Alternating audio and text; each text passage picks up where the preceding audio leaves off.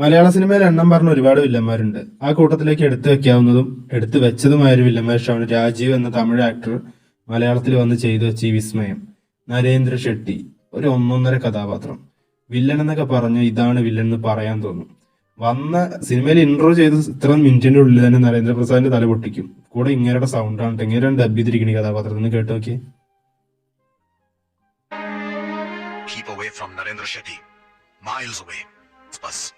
ഈ സൗണ്ടും പുള്ളിക്കാരന്റെ ആറ്റിറ്റ്യൂഡും ഒരു രക്ഷയില്ലാത്തൊരു കോമ്പിനേഷനാണ്. ഡെഡ്ലി കോംബോ എന്ന് തന്നെ പറയേണ്ടി വരും.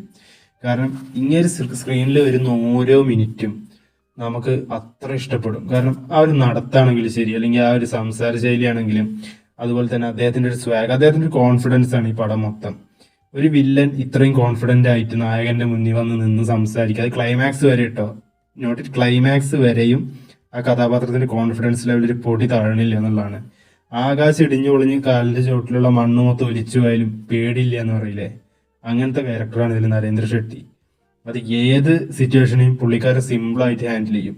അത് അദ്ദേഹത്തിന്റെ ഒരു ആറ്റിറ്റ്യൂഡ് ആ ഒരു ക്യാരക്ടറിനായിട്ട് തന്നെ കൊണ്ടുവരാൻ കഴിഞ്ഞിട്ടുണ്ട്. കൂടെ രാജമണി സാറിന്റെ ഒരു ബാക്ക്ഗ്രൗണ്ട് മ്യൂസിക് ഉണ്ട്.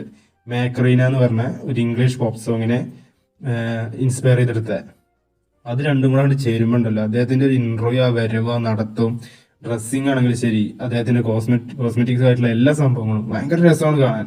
ഈ വില്ലന്റെ രണ്ട് സ്പെഷ്യാലിറ്റികളിൽ ഒന്നാണ് അത്. പിന്നെ ഈ സിനിമയിൽ എന്നെ ഫർഗേസ് ചെയ്തൊരു ക്യാരക്ടർ ഉണ്ട് കേട്ടോ, അത് അടിപൊളിയാണ്. അത് ഞാൻ നോട്ട് ചെയ്യണമെന്ന് വിചാരിച്ചായിരുന്നു. അടിപൊളി ക്യാരക്ടറാണ്. ഈ സിനിമ ഒരു ആവറേജ് പടമായിട്ടാണ് എനിക്ക് തോന്നിയിട്ടുള്ളത്. പക്ഷേ ഈ സിനിമ ഞാൻ ഒരുപാട് തവണ റീവാച്ച് ചെയ്തിട്ടുണ്ട്. കാരണം എന്താണെന്ന് വെച്ചാൽ ഒരു ആവറേജ് സിനിമയിൽ ഒരു അൺറേറ്റഡ് ക്യാരക്ടർ എന്നൊക്കെ പറയില്ല, അതുപോലെയാണ്. അതിപ്പോൾ ഈ വില്ലൻ എന്ന് പറഞ്ഞ മോഹൻലാലിന്റെ സിനിമ എടുത്ത് നോക്കിയാൽ അതിലെ മോഹൻലാലിന്റെ കഥാപാത്രം എന്ന് പറയുന്നത് വേറെ ലെവലാണ്. അതുപോലെ ഉയരങ്ങളിൽ എന്ന് പറഞ്ഞ ലാലേട്ടൻ ചെയ്തൊരു സിനിമയുണ്ട്, ആ സിനിമയിൽ വില്ലനാണ്. ആ സിനിമയിലെ വില്ലൻ വേഷം വേറെ ലെവല. അത് ഞാനൊരു വീഡിയോ വേറെ ചെയ്യുന്നുണ്ട് കേട്ടോ, അത് നമുക്ക് വരണ്ട്. നമുക്കിപ്പോൾ നരേന്ദ്ര ഷെട്ടിയെ പറ്റി പറയുകയാണെങ്കിൽ ഈ സിനിമയുടെ ക്ലൈമാക്സ് എത്തുമ്പോഴത്തേക്കും ഈ കഥാപാത്രം അത്രയും പീക്കിലെത്തും. അതായത് ഇയാളെ തൊടാൻ പറ്റില്ല, അൺടച്ചഡ് ആയിട്ട് നിൽക്കുന്ന ഒരു സമയത്ത് വളരെ സിമ്പിൾ ആയിട്ടാണ് ഈ സിനിമയുടെ ക്ലൈമാക്സ് ഇവർ അവസാനിപ്പിക്കുന്നത്.